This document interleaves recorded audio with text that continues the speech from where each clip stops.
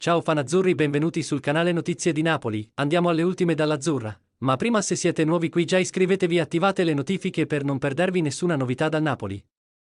Napoli e Roma sarebbero interessate al centrocampista del Lecce Morten Julmand. La Gazzetta dello Sport si sofferma sulla situazione. Il centrocampista del Lecce Morten Julmand sarebbe sia nel mirino del Napoli sia in quello della Roma. A riportare la notizia ci ha pensato la Gazzetta dello Sport, che ha fatto il punto della situazione della vicenda. Morten Julmand, 23 anni, è figlio di un maestro elementare, ma Copenaghen l'ha lasciata da tempo ed oggi, con la maglia 42 del Lecce, è uno dei registi più apprezzati della Serie A. La sbucciatura è figlia di una scivolata, un suo classico ormai per recuperare un pallone. Mi è successo a Udine, evitai un gol, ma se entri in scivolata hai sbagliato.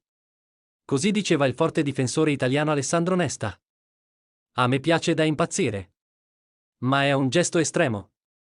Se sei in ritardo allora devi intervenire così punto. Il valore di Julmand è già stato indicato dagli esperti, 20 milioni. Non è un mistero che in Italia piaccia a Roma e Napoli, ma anche alle big tedesche e a qualche squadra inglese. Ehi fan di Azzurra, il Napoli dovrebbe firmare Morten Julmand? Lascia la tua opinione nei commenti perché è molto importante per il Napoli.